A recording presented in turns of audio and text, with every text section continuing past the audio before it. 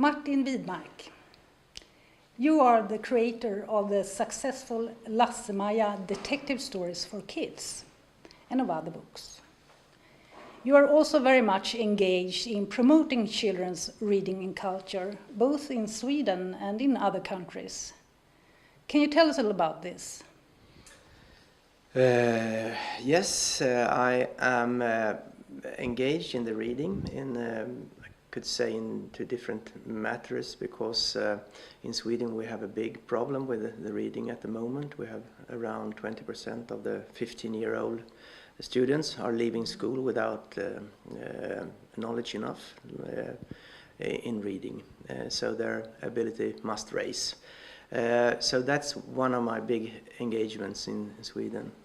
And if we're talking about an international point of view, I think that we could do a lot more with the Swedish children's culture abroad, actually, because when I'm abroad I meet a lot of interest and a lot of fascination about the Swedish way of writing for children, for example. So I think that we could really do a lot more about this. We could promote Sweden, we could promote the reading a lot more through the embassies, yes. Going back to the Lasse-Maja stories, into how many languages have they been translated? I think we are around 30 languages at the moment. So in China in the Arabic language, and next year to the United States too. Yeah. Mm. And about how many of these countries have you visited? You know? No, I don't know actually, but last year I was in Beijing 3 times, and I was in Abu Dhabi this spring, and so I've been traveling a bit, yes. And that is very interesting, because in recent years Swedish children's books are reaching new readers in China and in Arabic-speaking countries. Mm. And as you have been there and participated in events, can you tell us what happened and what do they think?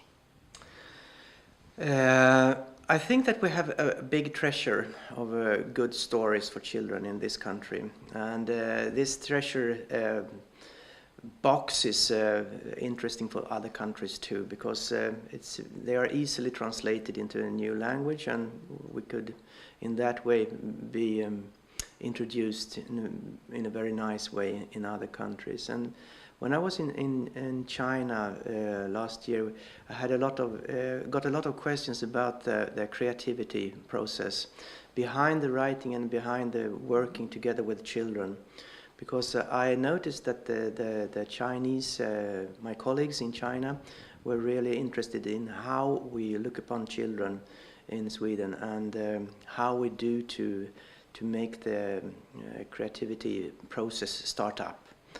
And actually it surprised me a little bit, because for me creativity is the key to the future.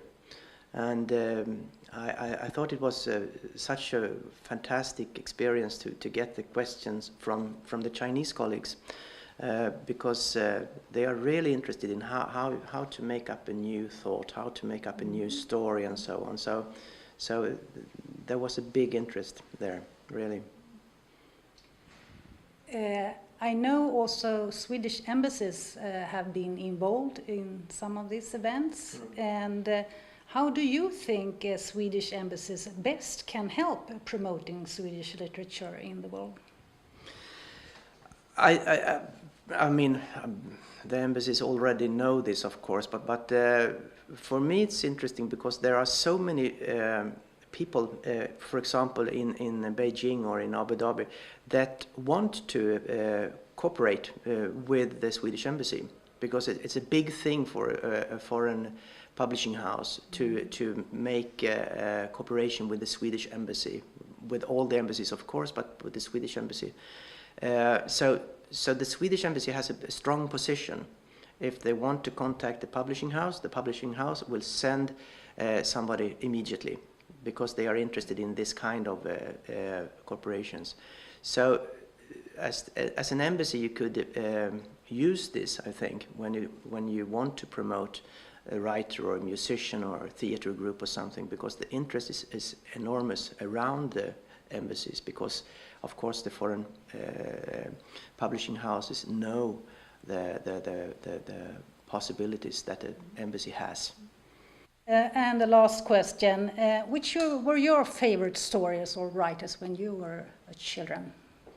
I just love the Tintin books, so that's my big influence in my own writing too. Thank you very much, Martin.